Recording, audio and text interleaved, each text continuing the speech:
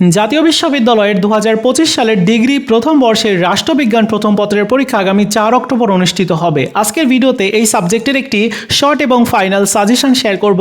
আর সাজেশনটিতে থাকা প্রশ্নগুলো আপনি কমপ্লিট করলে পরীক্ষাতে 80 থেকে 90% কমন পাবেন। এতে করে আপনার পরীক্ষায় A+ রেজাল্ট করার সম্ভাবনা রয়েছে। তো কিভাবে আপনি এই সাজেশনগুলো কালেক্ট করবেন সেই বিষয়ে বলার আগে কেন সাজেশনটা নেবেন সেই বিষয়টা একটু বলি। এখানে দেখুন প্রত্যেকটা প্রশ্নের সাইডে মানে ক বিভাগের অতি সংক্ষিপ্ত প্রশ্ন, এখান থেকে যেই প্রশ্নগুলো যদি কমপ্লিট করেন তাহলে 10টা প্রশ্ন শিওর কমন পাবেন। এদিকে প্রতি বছর দেখতে পাওয়া যায় যে নতুন কয়েকটা প্রশ্ন করা হয়, যার জন্য নতুন কয়েকটা প্রশ্ন ওইখানে দেওয়া হয়েছে। এতে করে আপনার 10টা প্রশ্নে কমন পাওয়ার সম্ভাবনা রয়েছে। খ বিভাগ এবং গ বিভাগের প্রশ্নও কিন্তু এইভাবে দেওয়া আছে। খ বিভাগের যদি এই প্রশ্নগুলো কমপ্লিট করেন যেখান থেকে 5টা প্রশ্ন শিওর কমন পাবেন।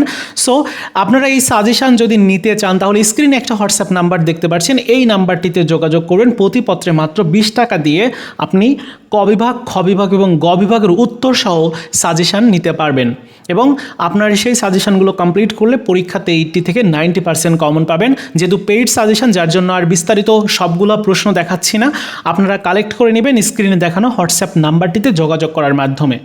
এই ছিল ভিডিও, দেখা হচ্ছে নতুন ভিডিওতে। ভালো থাকুন সবাই, ধন্যবাদ।